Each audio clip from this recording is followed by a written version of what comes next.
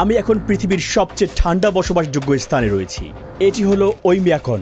বেঁচে থাকতে আমি প্রায় 20 স্তরেরও বেশি পোশাক পরেছি, যার ওজন প্রায় 14 কেজি। 30 ডিগ্রি সেলসিয়াসের ঘর থেকে বের হওয়া মানে এক লাফে 100 ডিগ্রিরও বেশি তাপমাত্রা কমে যাওয়া। আর তাই আমি গ্লোভস, বুট আর প্যান্ট পরেছি, যার সবই রেনডিয়ার লোম দিয়ে তৈরি, কিন্তু তবুও এগুলো যথেষ্ট নয়। এবং এখন আমি আপনাদেরকে দেখাবো জীবন এখানে কিরকম এবং বাইরে যাওয়াটাই বেঁচে থাকার জন্য কত বড় লড়াই। বের হওয়ার কয়েক সেকেন্ডের মধ্যেই চোখের পাতায় বরফ জ্বলতে শুরু করে আর ত্বকে জ্বালা অনুভব হয়। পুরো গ্রামটাই যেন পরিত্যক্ত। তীব্র ঠান্ডা আঙ্গুলের ডগা পুড়িয়ে দিয়েছে। ঠান্ডা শুধু মানুষ বা বন্যপ্রাণীকেই প্রভাবিত করে না, এটা সব কিছুকেই থামিয়ে দেয়। ফোন ঠিকমতো কাজ করে না, হঠাৎ করে বন্ধ হয়ে যায়। বাইরে ফেলে রাখা গাড়ি কয়েক ঘন্টার মধ্যে জমে যায়। মাটি সবসময় বরফে ঢাকা থাকায় এখানে কোনো ফলমূল বা সবজি জন্মায় না। আমরা মস্কো থেকে প্লেনে উঠে 7 ঘন্টা পূর্ব দিকে উড়ে যাই ইয়াকুৎস্কে। সেখান থেকে শুরু হয় 18 ঘন্টার 900 কিলোমিটার দীর্ঘ সড়ক যাত্রা। এখন রাত 2টা। অবশেষে আমরা পৌঁছেছি পৃথিবীর সবচেয়ে ঠান্ডা গ্রামে। থার্মোমিটার দেখাচ্ছে -7.5 ডিগ্রি সেলসিয়াস। গাড়ি থেকে নামার মুহূর্তে মনে হলো আমরা যেন কোনো ভিন্ন গ্রহে এসে পৌঁছেছি। নাকের লোম পর্যন্ত জমে গিয়েছিল আর তাই প্রতি নিঃশ্বাসে খোঁচা অনুভব হচ্ছিল। শুষ্ক বাতাসে হঠাৎ করে প্রবল কাশি ওঠে, যেন থামছেই না। ওইমিয়াকন গ্রামে প্রায় 800 জন মানুষ 1.5 বর্গ কিলোমিটার এলাকা জুড়ে বসবাস করছেন। এখান থেকে বাইরে কাউকে দেখা প্রায় অসম্ভব। মনে হচ্ছে যেন সময়টাই এখানে থেমে গিয়েছে। এখানে প্রচন্ড ঠান্ডা। প্রায় 15 মিনিট ধরে হাঁটছি। দেখতে পাচ্ছেন আমার বন্ধুর চোখের পাতাগুলো বরফে জমে আছে। এছাড়াও দেখতে পাচ্ছেন তার উপরের ঠোঁটে একটি বড় বরফের ফোঁটা জমে আছে। ওইমিয়াকন আমাদের ভূমি পাহাড় দিয়ে ঘেরা। এখানে অসম্ভব রকমের ঠান্ডা পড়ে। তাপমাত্রা নেমে যায় -63 বা এমনকি -64 ডিগ্রি সেলসিয়াসে।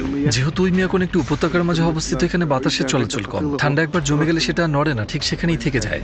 এই এলাকায় মাটির নিচের স্তর সারা বছর বরফে জমে থাকে। এই বরফের স্তরকে বলা হয় পার্মাফ্রস্ট, আর এটি 100 মিটার দীর্ঘায়িত হতে পারে। এই চরম ঠান্ডায় টিকে থাকতে গ্রামের মানুষরা একটি কেন্দ্রীয় হিটিং সিস্টেম গড়ে তুলেছেন। একটি মাত্র কয়লা চালিত বয়লার থেকে পাইপের মাধ্যমে বেশিরভাগ এলাকায় পৌঁছে দেওয়া হয় তাপ। এই ব্যবস্থাটি এক মুহূর্তের জন্য বন্ধ হওয়া চলবে না।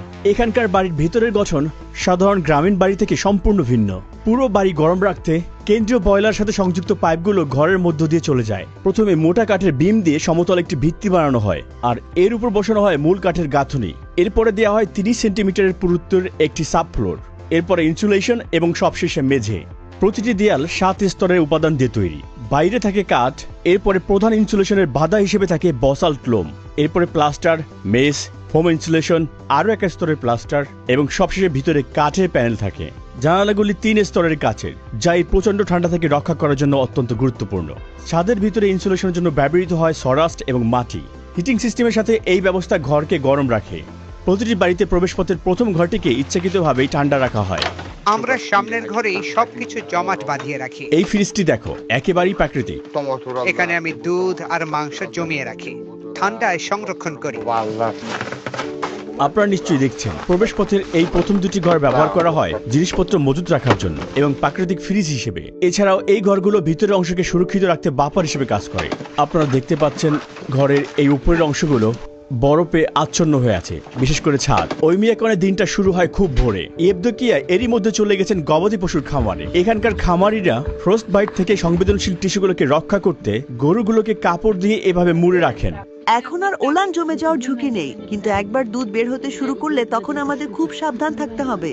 ওইমিয়াকনের প্রচন্ড ঠান্ডার কারণে ভবনে পানি সরবরাহের কোনো পাইপ নেই, থাকলে সঙ্গে সঙ্গে জমে যেত। তাই গরুগুলোকে প্রতিদিন প্রচন্ড ঠান্ডায় নদীতে গিয়ে পানি পান করতে হয়। একের পর এক গরুগুলো ঠান্ডার নরকে পা রাখছে, কারণ তারা জানে দেরি হলেই অসহনীয় উঠবে এই ঠান্ডা। তাদের শরীরের লোম সঙ্গে সঙ্গে বরফে জমে শক্ত হয়ে যায়। নদীর এই অংশটুকু বরফে জমে না, কারণ এটি পাহাড় থেকে আসা সতেজ পানির ধারা। ভূগর্ভস্থ ঝর্ণার পানি নদীর সঙ্গে মিশে যায় এবং এই নদীকে বরফে জমা থেকে রক্ষা করে। হঠাৎ করেই আমার পুরো মুখমণ্ডল অবশ হয়ে গেল। বাঁ পাশে পেশি আমি নাড়াতে পারছিলাম না, যেন মুখে প্যারালাইসিস হয়েছে। ইয়েভদোকিয়া খেয়াল করছিল ইতিমধ্যে আমার নাকও জমতে শুরু করেছে। Ходя, я тебе дам что-то. এটা কি ফ্রস্ট বাইট? হ্যাঁ অবশ্যই। ঠান্ডা রক্তনালীকে সংকুচিত করে এবং ধীরে ধীরে রক্ত সঞ্চালন কমে যায়। যথেষ্ট উষ্ণতা না পেলে প্রতিটি কোষের ভেতরের পানি বরফ কণায় পরিণত হয়, ফলে কোষ ফেটে যায়, তীক্ষ্ণ ব্যথা অনুভূত হয় এবং টিস্যু মারা যেতে শুরু করে। Надо закрыть. তোমার মুখ ঢেকে রাখতে হবে। Закрыли бы вот так. এইভাবে মুখ ঢেকে হাঁটো। সাবধানে থেকো, না হলে এটা কালো হয়ে যেতে পারে। এই মুহূর্ত থেকে ডকুমেন্টারি শুটিং শেষ হওয়া পর্যন্ত আমি আর একটা 10 মিনিটের বেশি সময় ধরে বাইরে থাকতে পারবো না। তা না হলে ফ্রস্ট বাইটে আক্রান্ত হওয়া আমার নাক আরো খারাপের দিকে যাবে। ডকুমেন্টারির অগ্রগতির সঙ্গে সঙ্গে এখানে তাপমাত্রা আরো কমতে শুরু করেছে।